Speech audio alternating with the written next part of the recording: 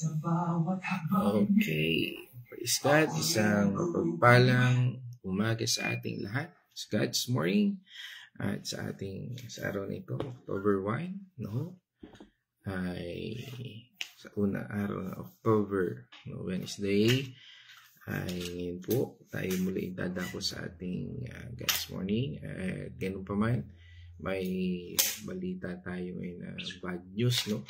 Hindi naman nagkaroon po tayo ng lindol dyan sa Cebu, 6.9, no? Ingat po ang lahat, no? At patuloy po tayong manalig sa ating Panginoon Diyos. At sa ating pong daily devotion, dito sa ating araw nito, October 1, araw po ng Wednesday, tayo po ay dadako sa ating talata mula sa Isaiah 40 verse 11. At usapan po natin ito at pamagatan natin the path of grace following the shepherd. God's morning mga kapatid, tayo po ay babasa sa Isaiah 40 verse 11. At tulad ng pastol, pinapakain niya ang kanyang kawan sa kanyang bisig. Ang maliit na tupay kanyang yayakapin, sa kanyang kandungan ay pagyayamanin, at papatnubayan ang tupang may supli. Tayo po ay manalangin. Panginoon, naming Ama, maraming salamat po muli sa panibagong araw na ito na inyong ipinagkaloob sa amin. Maraming salamat po sa pag-iingat na ibinibigay mo sa amin sa kalakasan ng katawan na meron kami ngayon, Panginoon. Tunay nga po, wala po kami magagawa ng hindi dahil sa iyo, Panginoon. At sa amin mo pong pag-aaralan na ito, nawa ito ay aming isa pamuhay, tumimo sa puso namin at aming malakaran sa susunod na araw, Panginoon. Nawa ang mga ito ay aming mabuksan ang aming mga kaisipan sa aming mga maling gawa at sa pamamagitan ng iyong mga salita at ng iyong banal na Espiritu, maliliwanagan kami sa lahat ng ito, Panginoon. Maraming salamat, Panginoon, sa patuloy na patnubay at paggabay sa bawat isa sa amin.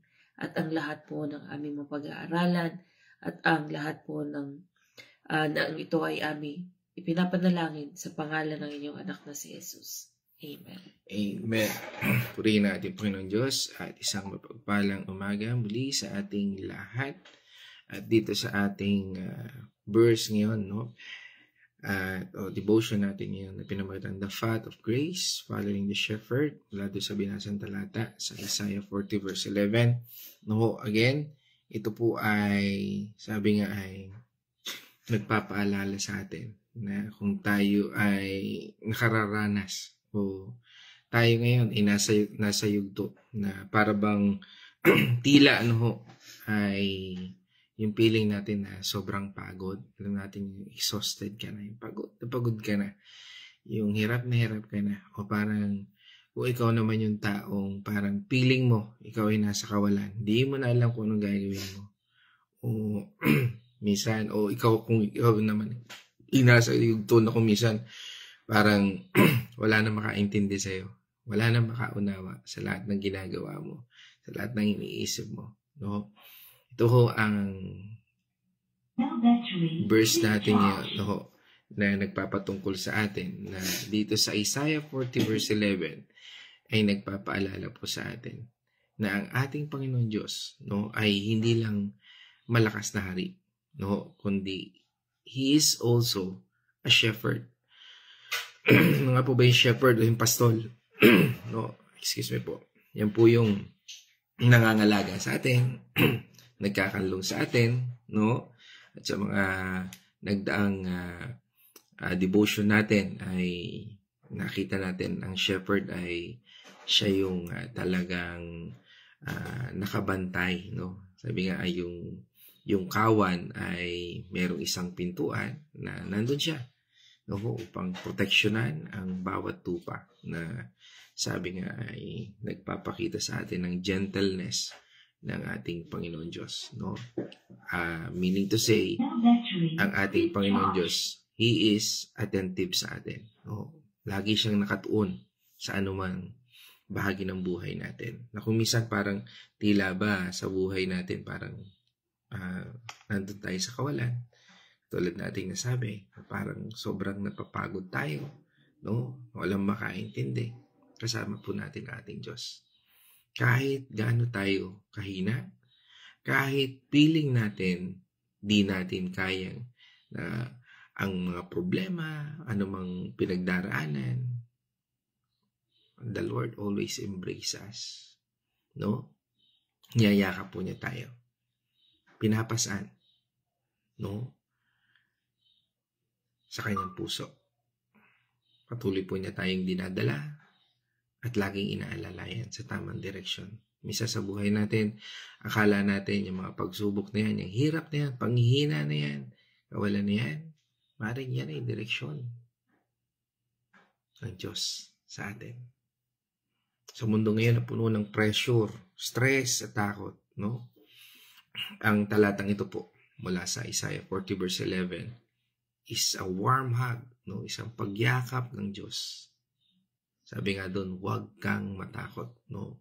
Ako ang shepherd mo na hindi ka iiwan.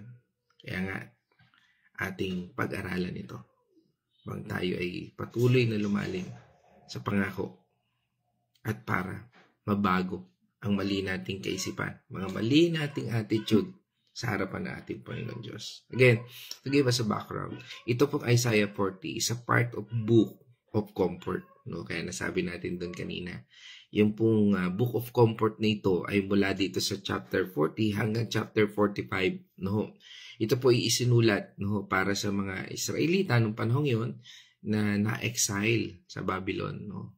Grabe, no? Yung persecution, slavery, sufferings, nandyan po yun. Pero this book, nga sabi, is a book of comfort. No? After na ang tao o mga bayan ng Diyos ay maghirap, nandun lagi ang comfort ng Panginoon. Sabi nga, after years of suffering, no, God sent a message of hope. No? Pero balikan muna natin, no, yung verse 2 para maintindihan natin. Doon sa Isaiah 40, may sinabi po doon, no, ano yung tungkol dito sa pagdurusa, doon sa verse 2 ng ating chapter, Isaiah 40 verse 2. Inyong ibalita sa mga taga-Jerusalem, tapos na ang kanilang pagdurusa sapagkat nabayaran na nila ng lubos na ang kasalanang ginawa nila sa akin. Yun. Yun yung pagpapanumbalik. Yung pagbalik ng mga Israelita sa kanila. Kaya sabi niya doon, tapos na ang pagdurusa ninyo. Babalik kayo doon sa lupang pinahako ng Panginoon Diyos. At doon sa ating binasa sa verse 11, inilarawan ng ating Panginoon Diyos na ang ating Panginoon Diyos o ang ating pinaglilingkuran, our Father, Lord Jesus Christ at Holy Spirit, no, is our shepherd. At napaka-pamilyar po niyan ng imahe dito sa Biblia. Sa ancient times, ang shepherds, sila po yung responsible for protecting, guiding, and loving their flock na nauna nating nasabi kanina. They even risk their lives para sa mga tupa. Talagang babantayan nila yan, makikipaglaban sila yan. Pangangalagaan nila yan. Kaya nga po, in the New Testament, ang ating Panginoong Jesucristo ay nagpakilala at inintroduce niya ulit ang bagay nito. Nasabi nga niya doon, pinakilala niya yung sarili niya na good shepherd. Siya yung mabuting pastol. Sabi nga doon, di ba? Sa John 10 verse 11. Ako ang mabuting pastol, iniaalay ng mabuting pastol ang kanyang buhay para sa mga tupa. Amen. After niyan, di ba? Alam naman natin yung John 10:10. The enemy come to kill and steal and destroy.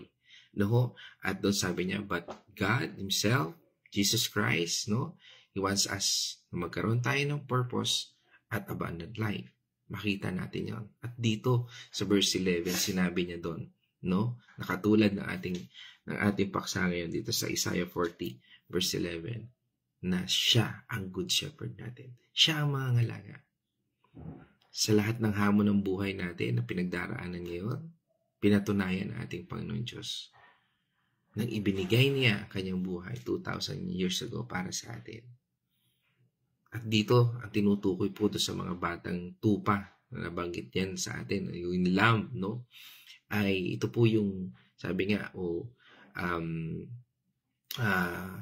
ito po yung, sa verse na ito ay sumisimbolo ng mga vulnerable, yung tinatawag na new believers o kung hindi ka man new believers, ikaw naman yung mga nababagabag na Kristiyano. Kung ikaw ay nandoon sa panahon na ikaw ay hindi mo malaman kung ano ang iyong gagawin, no? Or anyone, sabi nga ay nangangailangan ng extra care. Diba? Minsan tayo, hindi man lagi tayo malakas. Diba? Kaya ito ay para sa atin. Itong Isaiah 40 verse 11 describe ng ating Panginoong na meron tayong good shepherd. Sabi nga, He will protect us, or He will protect His flocks like a shepherd. Imagine natin, no, yung pastor na nag-aalaga ng kanyang kawan. Yun po ang ating Panginoon Diyos. Siya po ang ating tunay na pastor. He is our good shepherd, ang ating pastor. He protects them from danger. No? Sabi nga, He will gather the lambs in His arms. Kukubliin po niya yan. Aakapin niya ang bawat isa.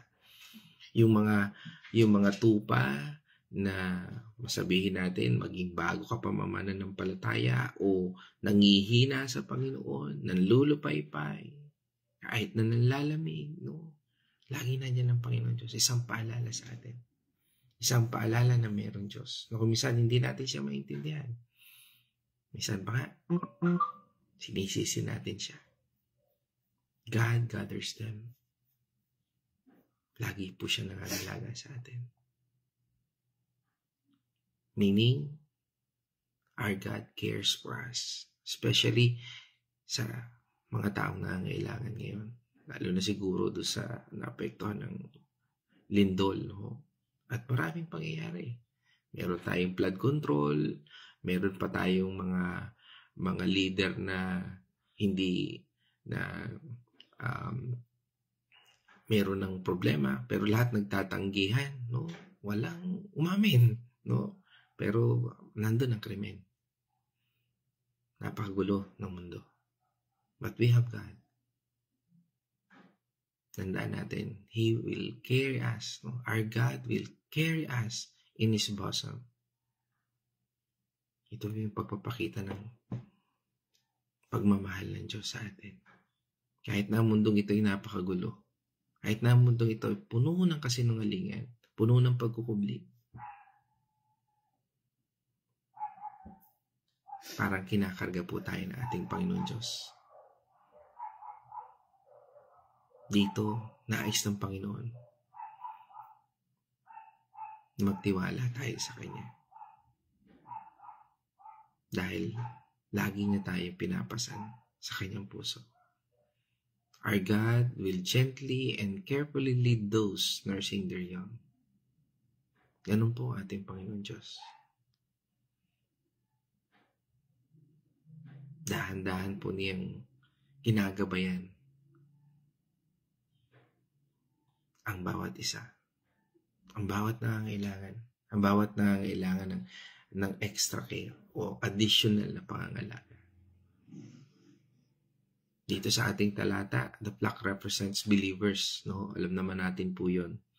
Pag sinabi pong flock, tinutukoy po niyan tayong lahat.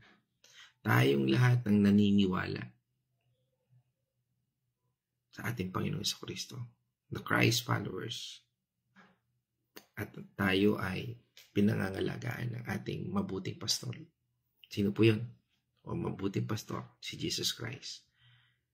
Lamb symbolizes new or struggling believers who need extra care and protection.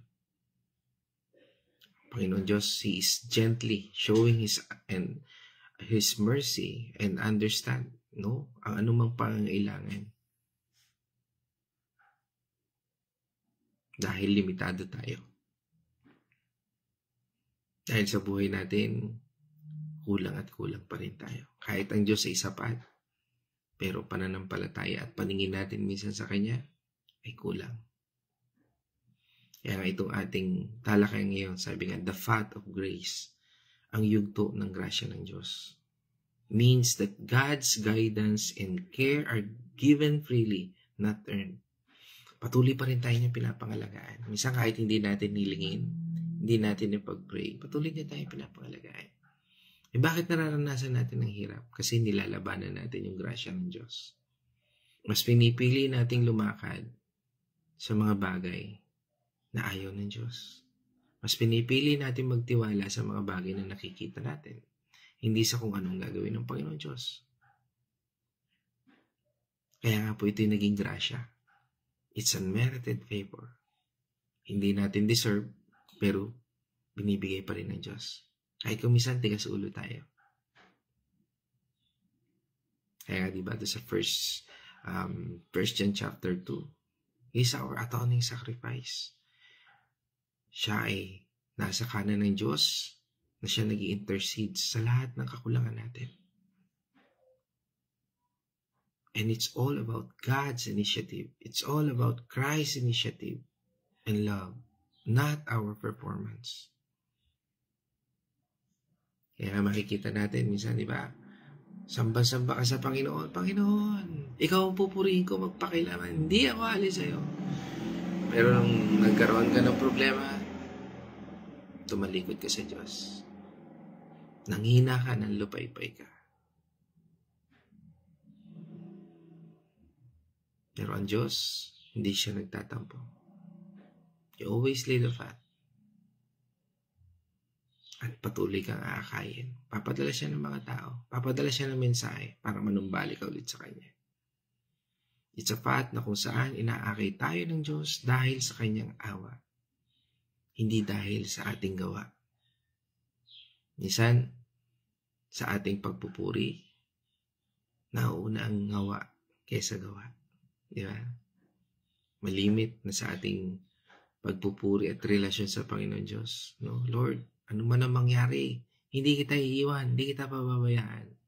Mali. Kaya nga sabi ng Panginoon Diyos, anak, hindi kita iiwan, pababayaan. We are not God. Kaya kumisan, yung promises natin, always broken. Laging basag. No? Kaya nga yung ating puso, basag. Ating buhay, basag. Without God. Kaya nga ang Diyos, laging to the rescue siya. Binubuo niya tayo. Pinupulot niya tayo sa bawat detalye ng buhay natin. Binubuo niya tayo sa bagong anyo. At yan yung grasya.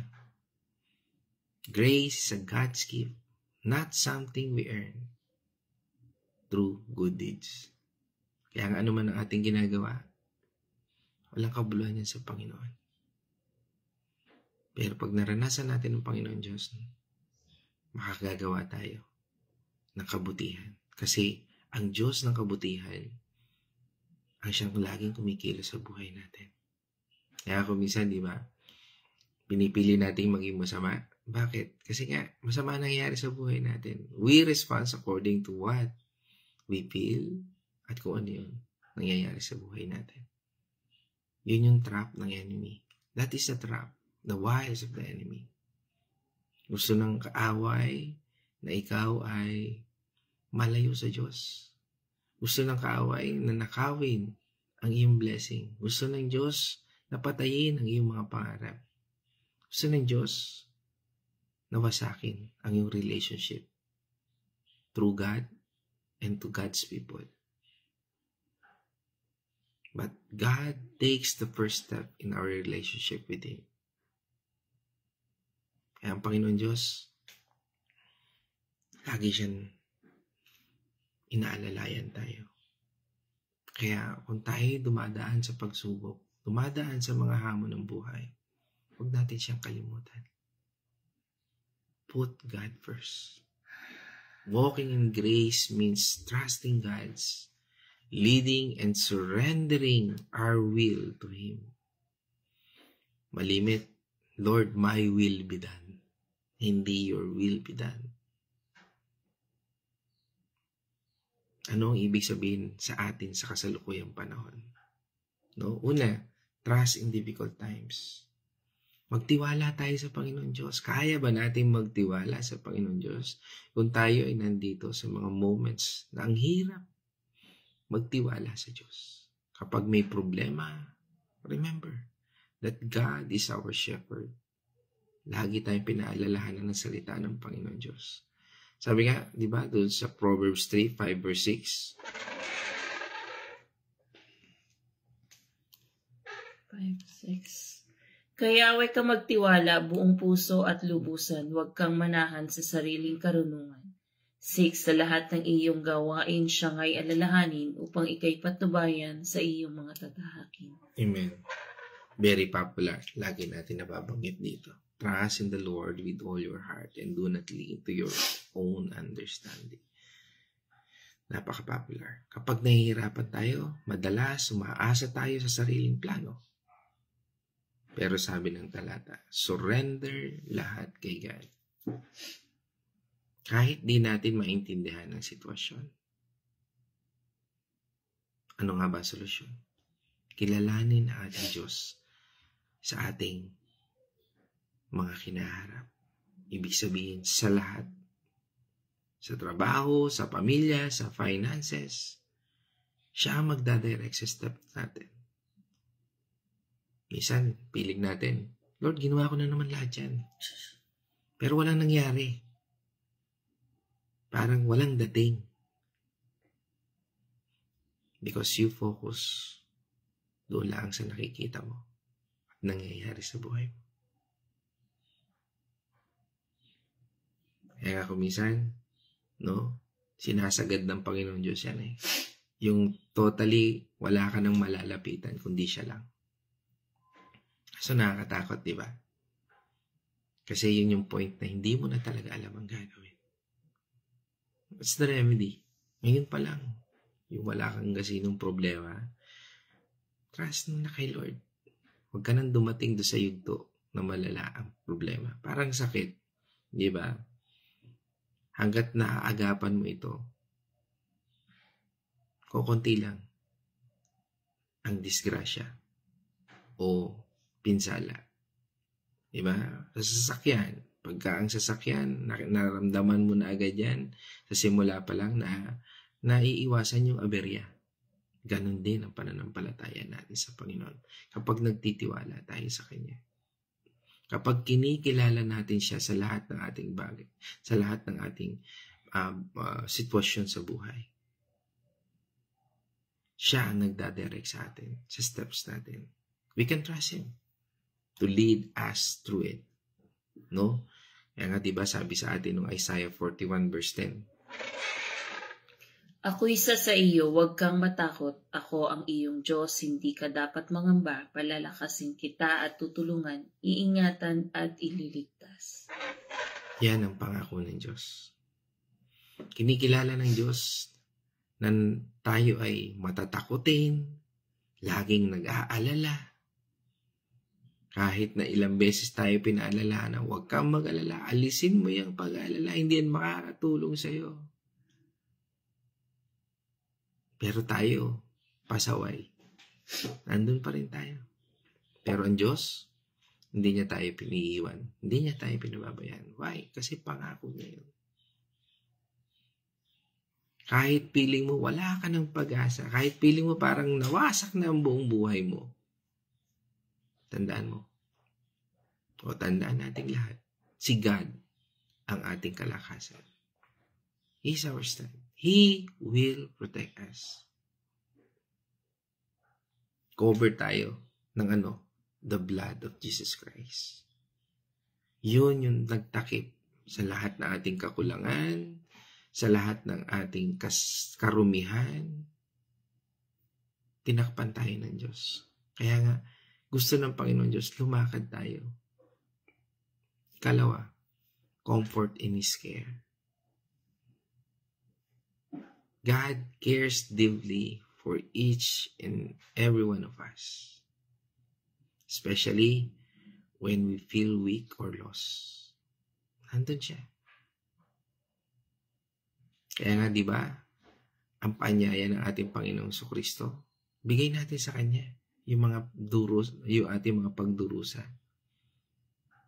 Ibig sabihin natin, pagbibigay natin sa kanya, umattend ka ng Bible study. Umattend ka magbasa ka ng Bible.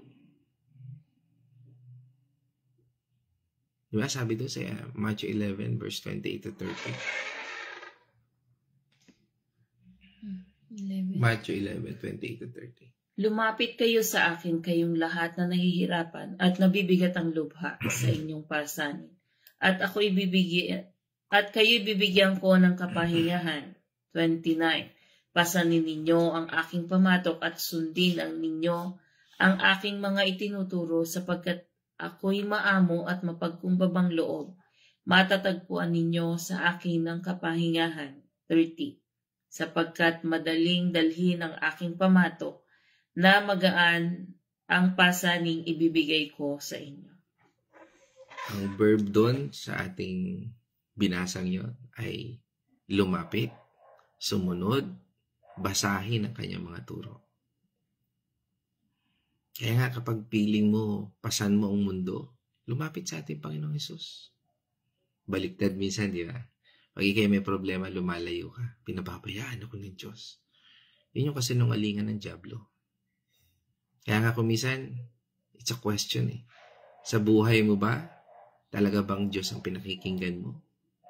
O ang dyablo? O ang demonyo? O si Satan? From the moment na lumalayo ka sa ating Panginoon Diyos, instead na lumapit ka sa Kanya, sinisisi mo siya. Nagre-rejoice ang mga demonyo. Nagre-rejoice si Satanas. Gustong-gusto niya yan. Nung lumayo ka, magtampo ka sa Panginoon, gustong-gusto niya yan. At kabaliktaran naman ang ating Panginoon Diyos. Siguro, kung titingnan lang natin, no? Pagod na yung minsan ng Diyos sa atin. Pero hindi siya sumusuko. Dahil He is all power. Malakas siya. Napapagod yung isip niya sa pagpapaalala sa atin, pero hindi pa rin siya sumusuko. Tinuturuan pa rin niya ang bawat lingkod niya. Encourage mo siya.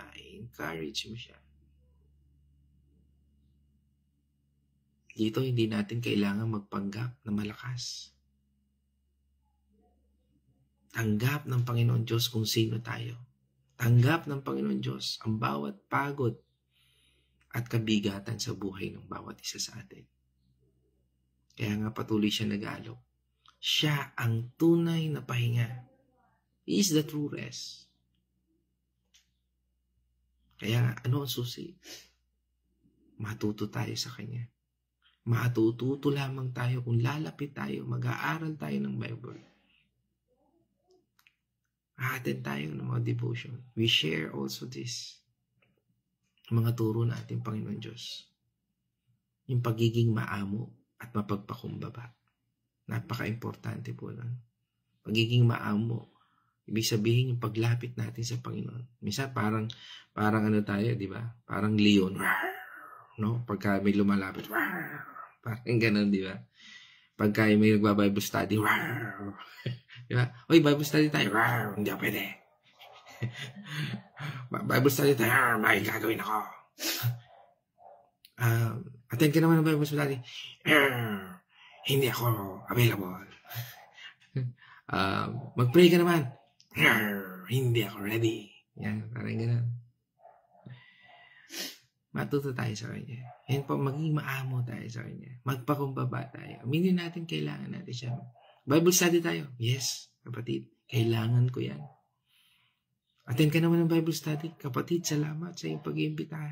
Attend ako. Kasi yan ang kailangan ko. Tagal ko nang hinahanap niyan. Pag-aralan natin ng Bible. Yes, kapatid. Salamat sa panyaya mo. Purihin ang Diyos. Hindi yung para kang tigre. Bible study tayo. Alam ko na yan. Nabasa ko na yan. Mula Genesis hanggang Revelation. Kaya, dana ako dyan. Nabasa ko na yan. Ano nyo? Ang pagbabasa ng Biblia, it's never ending. Non-stop. Ang Bible study, non-stop po yan. Hindi porket nabasa mo na, alam mo na. ang Diyos ay ang buhay. Hindi pwedeng binigyan ka ng hangin, bukas hindi ka na nabibigyan ng hangin. Ano mangyayari sa'yo? Mamamatay ka. And that is the Word of God. Kung wala tayong salita ng Panginoon Diyos, you will spiritually die. Kaya nga pagka dumarating tayo sa mga pagsubok, yung mga pangyayari sa buhay natin, nagiging chaotic. Hanapin natin yung comfort sa Kanya. Siya lang makapagbibigay ng comfort. Through the Holy Spirit. Because our Holy Spirit is our comforter. Kaya nga sa tuwing tayo ay may mga pagkukulang, pangamba, ang Diyos ay patuloy na nagbibigay sa atin ng pangako. Sabi nga niya, di ba, sa Psalm 23, verse 1 up to 3.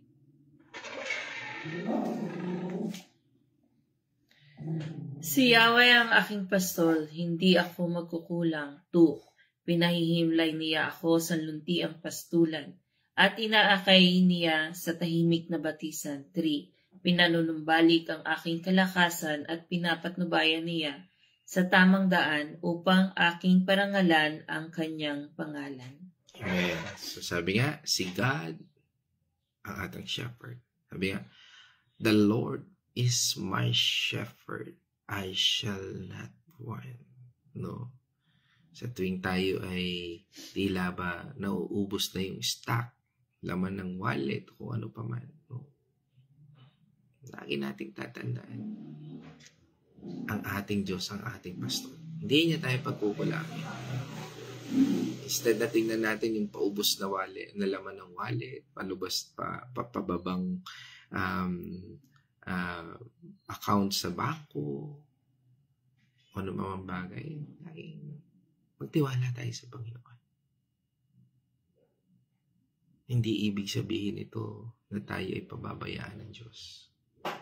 Kahit feeling natin walang-wala ka, siya ang magpo-provide.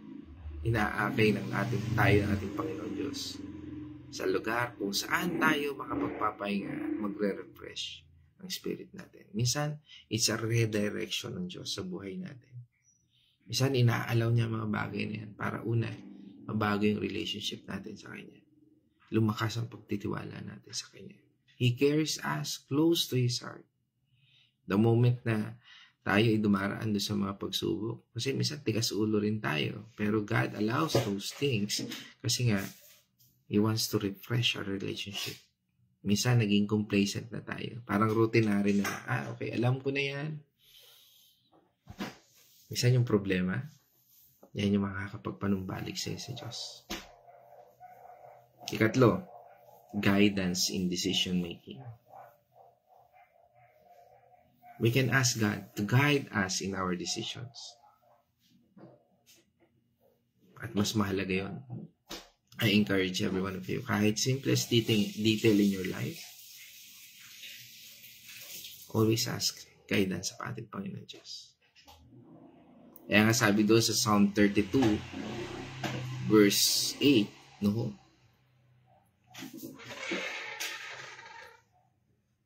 Ang sabi ni Yahweh, aakayin kita sa daan, tuturuan kita, at laging papayuhan. Okay, so hindi niya pinababayaan, no? O hindi niya tayo pababayaan sa anumang desisyon natin. Sabi doon sa talata, tuturuan tayo niya at bibigyan ng advice. Parang parent lang, ano? Laging nakabantay at handang mag-guide. Ganon din lalo ang higit ang ating Panginoon Diyos. He promised us to gently lead us. Yan ang gusto ng Panginoon. Kaya kung minsan parang hindi mo na alam ang gagawin, no? Ask Him. Di ba sabi ng James 1 verse 5? Ngunit kung ang sino man sa inyo ay kulang sa karunungan, humingi siya sa Diyos at siya'y bibigyan, sapagkat ang Diyos ay nagbibigay ng sagana at di nanunumbat. Amen. Kaya nga, kung feeling mo clueless ka, no, yung parang tulala ka sa mga bagay, lapit ka sa mga kamananampalataya mo. Lumapit ka sa Panginoon. Kung hindi ka makalapit sa Panginoon Diyos, no? Alam mo, mga kapatiran sa church, kaya i-guide ka nila. Bakit? Kasi nakikita at nararamdaman yan. And God, minsan, mapapansin mo, bakit po kapatid na ito talagang nandun ako sa moment ng, ba't pupunta pa dito? And then, nag-sharing na kayo. And naibsan ang iyong kalooban. Kaya nga, pag may mga kapatid na nanlulumo, gagamitin ka ng Panginoon. Bakit? Naranasan mo kasi. You will be a living testimony sa kabutihan ng Diyos. Meaning to say, yung naranasan mo ay magiging kalakasan ng iba. Kung ngayon nanlulupay-pay ka, don't worry, magantay ka lang. Kasi bakit? Gagamitin yung situation mo. Kasi bakit? Ang ikukwento mo kung paano ka pinagtagumpay ng Diyos.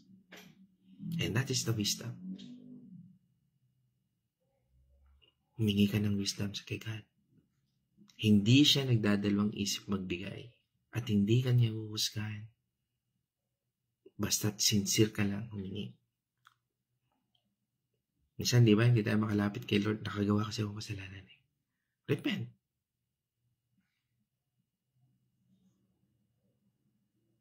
At sa paghingi natin, pakinggan natin ang kanyang tinig. Kasi malimit, gusto lang natin, hingi lang tayo ng hingi. Di ba? Pero the problem is, handa ba tayo makinig? Handa ba tayong matuto? Parang imposible yan. Parang hindi maganda. Parang ang hirap nung solusyon ni Lord. Pero, minsan, dun sa paghihirap na yun, doon ka lalago eh. Diba? Parang sabihin nila natin, ang hirap mag-aral. 5 years, 6 years, 4 years, minsan 5 years, minsan maabot pa ng pagkatagal-tagal dahil marami kang iniwang subject. Pero, bottom line, nahubog ka doon. Katulad din yan sa buhay natin ngayon. Kapag tayo ay patuloy na makikinig sa kanyang tinig, mababagong kaisipan natin. Yung maling kaisipan, tandaan natin, yung makasalanang kaisipan, yung makasariling kaisipan, papalitan niya ng Panginoon Diyos. Yung isip at puso natin. Kaya paalala ng Panginoon Diyos sa atin, di ba? Sa Romans 12 verse 2. Huwag kayong makiayon sa takbo ng mundong ito. Mag-iba kayo sa pamamagitan ng pagbabago ng inyong pag-iisip upang maunawaan ninyo ang kaloob ng Diyos. Kung ano ang mabuti, kalugod-lugod at ganap na kaloob niya. Kaya di ba?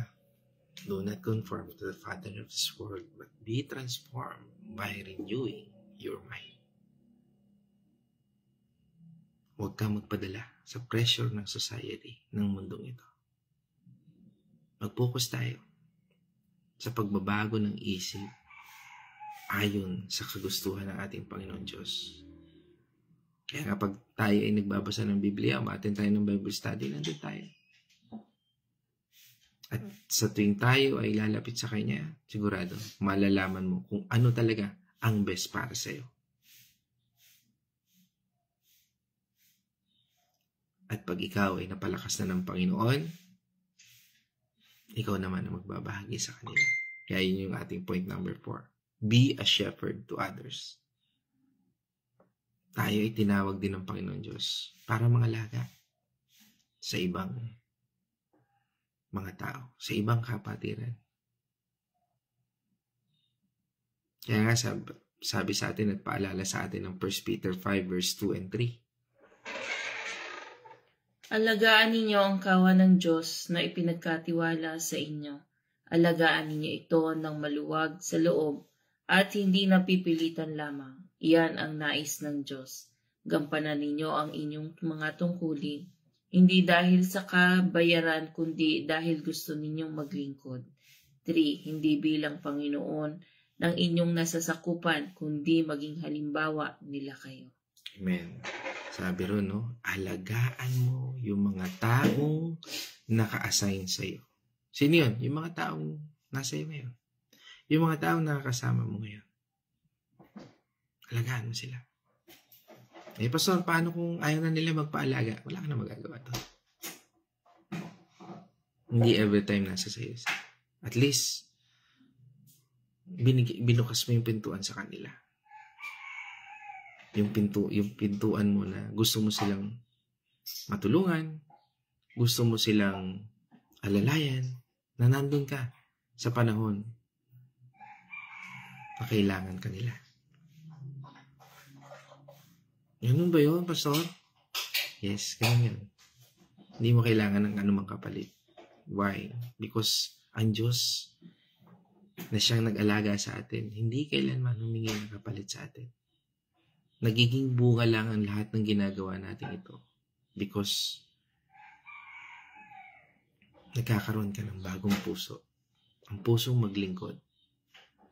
Ang puso ng pangangalaga na iniaatas sa atin ng Panginoon. Meaning to say, napapakinggan mo na siya. Sinusunod mo na siya. Nagiging maamo at mapagpakumba magtupa ka na. Huwag maging bossy. Parang feeling mo ikaw yung boss. No? Ako ang pastor dito. No. Instead, maging example tayo sa kanila. Kung ikaw man, pastor ng church mo, be example. Just like Jesus did. Diba? Ang Panginoon Jesucristo. Imbis na siya ang hugasan ng paa, anong ginawa niya? Hinugasan niya ang paa ng bawat apostle niya. Pinaglingkuran, ibig sabihin. Bakit? Yung paghuhugas ng paa ay trabaho ng servant. At yun ang ginawa ng Panginoon. He served. Kaya tayo pag nag-serve, gawin natin ito na hindi napipilitan. Marami ang gumagawa ng action na ito. Pero marami rin na ito ay pakitang tao lang.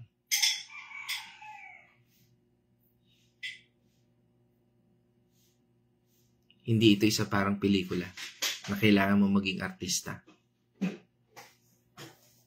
Kundi it's a transformation na dapat maging ganun ka. Maging katulad ka ni Kristo. Hindi ito isang role sa pelikula na parang you act para lang for the sake of may manood, may malibang, may maaliw. No. It's an act. Why? Because you want to be Christ follower.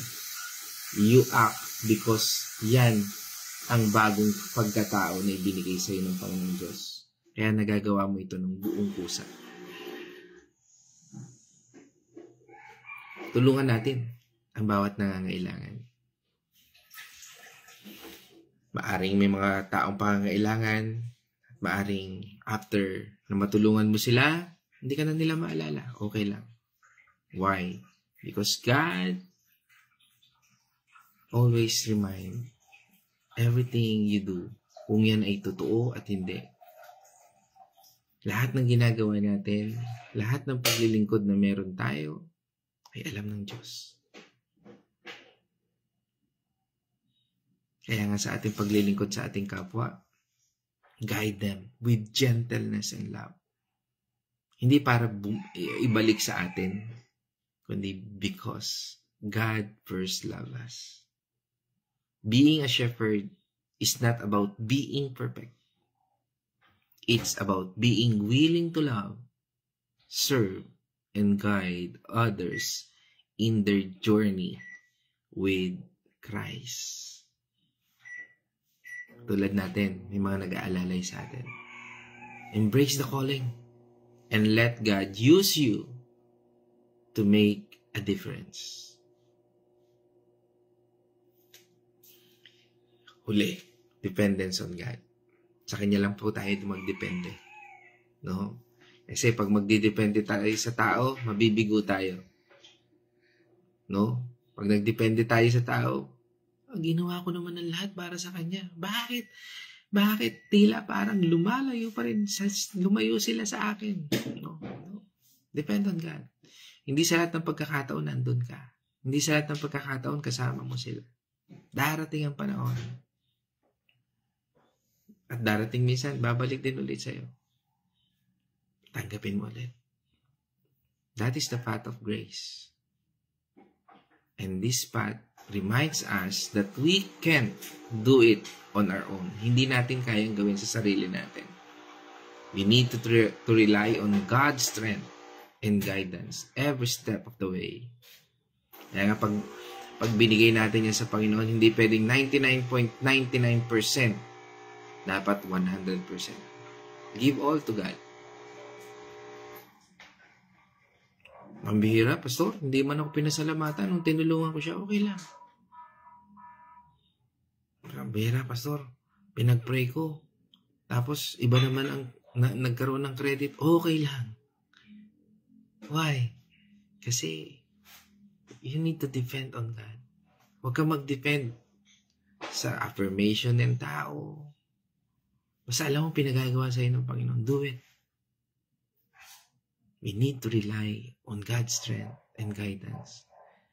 Sabi nga, in every step of the way, magtiwala tayo sa ating Panginoon Diyos. Mga kapatid, sa ating pagtatapos, this verse, no, sa ating, itong ating Isaiah 14 na ito, reinforces the ideas of a personal relationship natin sa ating Panginoong Jesucristo. Ito po ay nagpapatatag sa ating relasyon sa ating Panginoon Diyos. Sa gitna ng mga pagsubok, kawalan, problema, o ano pa man, it highlights the importance of accepting Jesus as our shepherd. Siya ba ang iyong pastor? Siya ba ang pastor natin? Pag tayo lumalapit sa Kanya, nagtitiwala tayo sa Kanya, it means He is our shepherd. Pero pag nagtatampo tayo sa Kanya, sino kaya yung shepherd na yun? Sino kaya nangangalaga sa iyo ngayon? Remember, we are flocks. Lahat tayo. At kailangan natin ng tagapangalaga. Pag nagtatampo tayo sa shepherd natin, lumalayo tayo sa Kanya, wala na yung shepherd natin. Hindi naman tayo aalagaan ng lobo, tama? Hindi man tayo alagaan ng demonyo. He is here to devour us. Gusto niyang lapain tayo. Kaya tuwing tayo ay malayo sa Panginoon Diyos, nilalaban niya tayo. Nilalason niya isipan natin, puso natin, even our desires. Kaya tayo ay nagkakasala. Kung nasa Panginoon Diyos na nga tayo, di ba? Nagkakasala pa tayo. What more? Kung wala tayo sa Bible study, wala tayo sa fellowship with others, wala tayo sa presensya ng Panginoon. It's about experiencing God's grace. Yan po yung una nating gawin. And allowing the Holy Spirit to guide our way, our life, our thinking, ano pa man sa atin. Allow Holy Spirit. Di ba? Pag tayo ay minsan nagkukulang, no? Minsan nakikita natin, pantry natin, ubos na. Lord, the Lord is you are my shepherd, Panginoon. Naniniwala ako sa iyo. Minsan, Lord, bakit ganun? Naglilingkod naman ako sa iyo. Bakit wala kami makakain? Wala kami pambayad sa kuryente. No? Again, ang pananalangin sa Panginoon, sometimes He gives you direction. Minsan, binibigyan ka niya ng trabaho, opportunity, whatsoever. You grab it. Kasi baka yun yung tugon ng Panginoon Diyos. Panahon na para embrace natin ang grasya ng Diyos. At kung ikaw ay napagpala ng Panginoon Diyos, huwag kang maging madamot. Kaya nga, di ba? Ang Panginoon Diyos, sabi niya, huwag kang, ano man ang iyong mga bagay na meron ka, be a blessing. Di ba? Genesis 12 verse 2 and 3. You are blessed to be a blessing to others. Tandaan natin, ating Panginoong Hesus, ang ating good shepherd. And He laid down His life for us. Binigay niya yung buhay niya. Kaya nga, mga kapatid, ito ating topic ngayon, the path of grace following the shepherd, is all about trusting God's loving care. No? Sabi nga, accepting His free gift of grace. Kapag tayo ay sumusunod, kapag ginagawa natin ito, that is grace. Nagagawa natin makapag-share ng word, nagagawa natin tumulong sa kapwa natin, nagagawa natin puntahan ng mga kapatid natin, abutin sila. It's not because of our own effort, but because of God's grace. Dahil may conviction na ibinigay sa iyo ang Diyos. This is following His guidance in every aspect of our lives. Kung susundin natin siya, believe me, ayusin niya ang bawat detalye ng buhay mo, even your family. Pero pag lumalayo tayo, you accept the curse, ang sumpa ng mundong ito. Ang sumpa na paulit-ulit sa generation ng pamilya natin. Why? Because there is no light. Walang ilaw. Kaya paulit-ulit nangyayari ang sumpang yon. Pero pag nilagay natin ang ilaw, pag nilagay natin ating Panginoong Jesucristo, saan mang area ng buhay natin, sa pamilya natin, sa ating mga kaibigan, sa ating negosyo, sa lahat, nagiging fat of grace ito. At pagsunod sa ating shepherd. His name is Jesus Christ. At yun yung pagtitiwala natin sa Kanya. Kaya mga kapatid, it's a call to rely on Him. Panawagan. Nasa Kanya tayo. Unang balik. Find comfort in His presence and extend His love to others. Purihin natin Panginoon Diyos at ngayon naman, nais ko pong ibigay ang time. Tayo po'y dadako sa time ng aking partner. Yung kanyang reflection. Winnie's reflection. Yan. Dadako na po tayo doon. Yan. Yan na po. God's morning muli mga kapatid.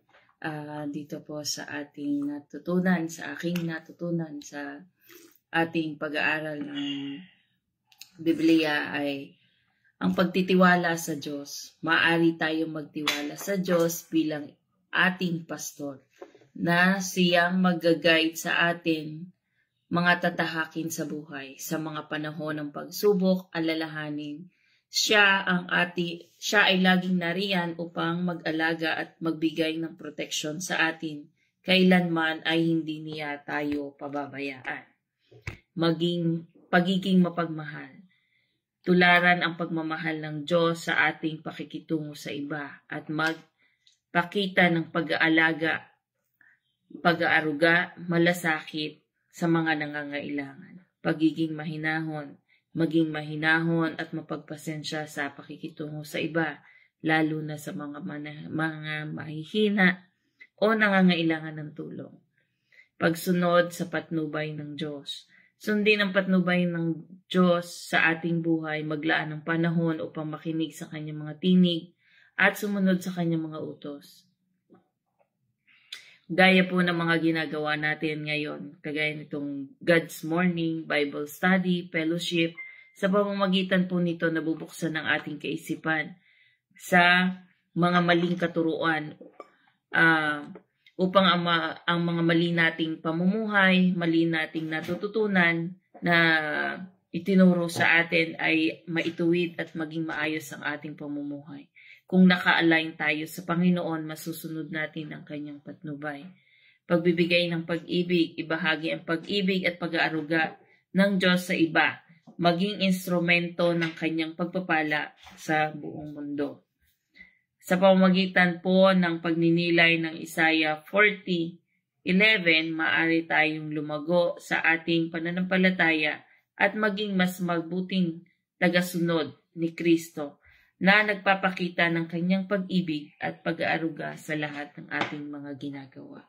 So tayo po ay patuloy po nating pag-aralan po ang salita ng ating Panginoon at patuloy po nating ipagkatiwala sa ating Panginoon ang lahat ng ating pasanin at ang Panginoon po ang magbubuhat ng lahat ng iyon.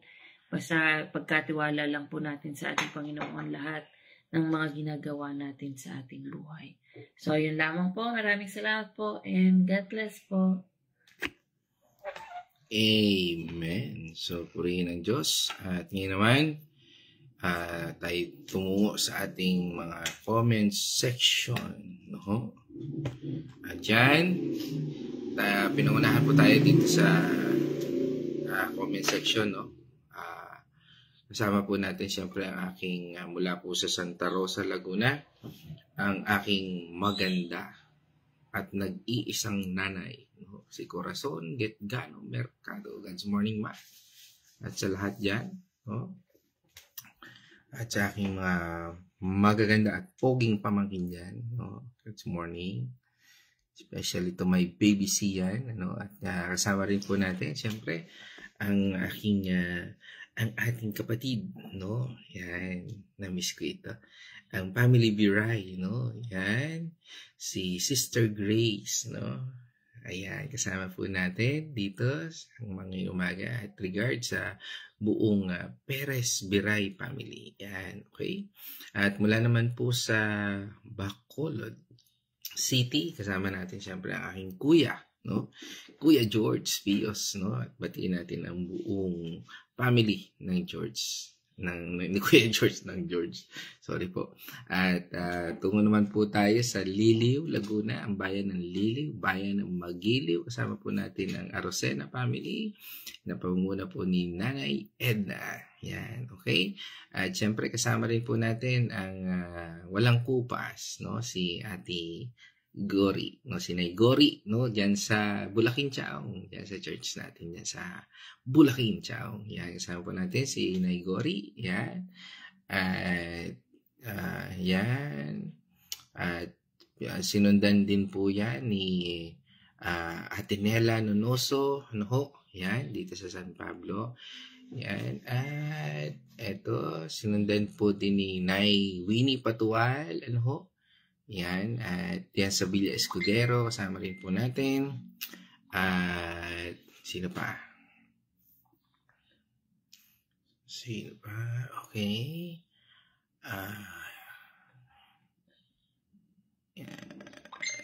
Okay. Yan, kasama pa. Siguro si Ate Marta ito. Siyempre kasama rin natin si Kuya Chris at si Ate Marta, no? Na nandyan sa medical hospital. Purihin ng Diyos, no? Or nasa medical yun na yun. Okay? Yan. At siyempre kasama rin natin from Dubai. Siyempre si kapatid natin si Maria Bunalos. Yan. Sama po natin. At mula naman sa Santa Rosa, Laguna, kasama rin natin ang aking kapatid, no? Si Caroline Mercado. No? Yan. At mula naman sa yan. Okay. Sige. At mula naman po dito sa Tapos Tarlac, kasama rin po natin. Yan. Si Ate Tina Capadosa. Ano? At yan. Okay. Kasama rin natin sa Tapos Tarlac. At from USA, no? Sa Washington. Sa Seattle, no? Tama na siguro ako ngayon. For my recollection. No? Malilimutin ako, Abby. Kasama po natin si Nurse Abby. Yan. Talaga. Okay, thank you. Okay, at syempre, ang aking best friend, si Mike Biray, no? Yan, kasama rin natin, bro. Yan, nabati ko na yung family Biray, no? Kasama rin natin. Pangunahan, no? Kanina ni Sister Grace, no? At nandito sana si Brother Mike, kasama rin natin sa Kagalakan. Okay, at syempre kasama rin natin si Pastora Pe. Yan, kasama natin. At batiin na rin natin ang Andal at Artillaga family. Yan. That's all. Okay. So tayo po ngayon ay dadako sa huling part ng ating devotion. At ito po yung pananalangin. At tayo po ngayon ay mananalangin. Let's all pray. O Ama naming Diyos na makapangyarihan, kami po ay nagpapasalamat, Panginoon, sa muli mong pagising sa aming kaisipan at sa aming napakinggan ito. We acknowledge, Lord, na ang iyong banal na Espiritu ang siyang mangusap sa bawat isa at magbigay, Panginoon, sa amin ng conviction, O Lord, kung meron man kaming dapat aksyonan, gawin, at maging aming landas, Panginoon. Patuloy naming idinadalangin na baguhin mo kami kung merong kamalian sa aming buhay. Patuloy po nga, Panginoon, na turuan mo kami at sakupin mo kami na iyong mayamang biyaya. Salamat, Panginoon, dahil sa iyong walang hanggang biyaya at pagpapala ay ipinakita mo hindi ang pagparusa, kundi ang pagligtas, the salvation, O Lord. Salamat, Panginoon. This is real, undeserved, and unmerited favor for us. Kaya nga salamat, Panginoon, sa araw na ito, sa pagbibigay mo, Panginoon, ng aral patungkol dito sa Isaiah 40, verse 11. Kaya, Panginoon, sa mga yugtong ito, Lord, dahil din namin idinalangin ang aming mga kapatid na may karamdaman, especially si Kuya Chris, O Lord. At na ngayon ay nasa hospital, nasa ICU. O Lord, patuloy namin idinadalangin, O Lord, ang kalakasan sa kanyang buhay. Ganun din kay Ate Marta na may masamang pakiramdam at ba't ganun pa man, Panginoon, siya po ay nagbabantay sa kanyang asawa na si Kuya Chris, O Lord. Bigyan mo po sila ng kalakasan. At sa yugtong ito, Lord, kami po ay naniniwala at nagtitiwala sa iyong salita.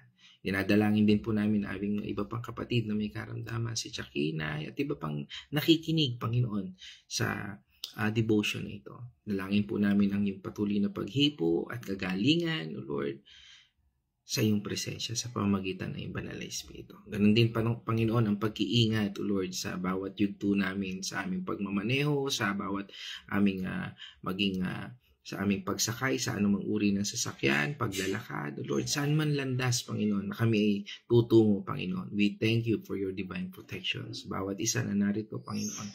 We thank you, Lord, dahil yung protection mo ay nandun. At hindi lang protection, Panginoon, sa lahat ng aming pangangailangan, Panginoon, ay, Lord, naniniwala kami na ikaw ang aming pastor na kailanman hindi magkukulang sa amin, Panginoon.